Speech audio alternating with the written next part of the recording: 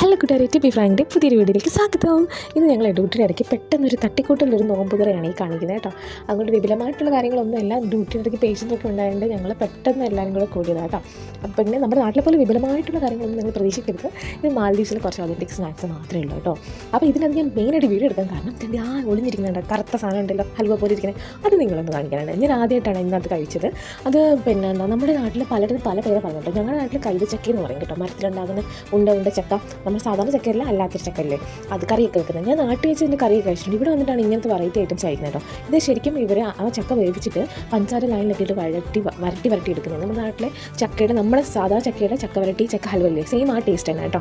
പിന്നെ അതിൻ്റെ തൊട്ടിപ്പുറത്തിരിക്കുന്നുണ്ടല്ലേ, അത് അതിൻ്റെ ചിപ്സാണ് കേട്ടോ. ഞാൻ ഇവിടെ വന്നിട്ടാണ് ഇതിൻ്റെ ചിപ്സും ഈ സംഭവങ്ങളൊക്കെ കാണുന്നതും കഴിക്കുന്നതും. നമ്മുടെ നാട്ടിലാണെങ്കിൽ ആ ചക്ക വെച്ചിട്ട് ഞങ്ങൾ കറിയൊക്കെ ഉണ്ടാക്കി ഞാൻ കഴിച്ചിട്ടുണ്ട്. നിങ്ങളാണെങ്കിൽ നിങ്ങളുടെ നാട്ടിൽ ഈ ടൈപ്പ് ചക്കയുടെ വല്ല ചിപ്സോ എന്തെങ്കിലും ഉണ്ടാക്കി കഴിച്ചിട്ടുണ്ടോ? ഉണ്ടെങ്കിൽ ഒന്ന് കമൻറ്റ് ചെയ്യണേ. അപ്പം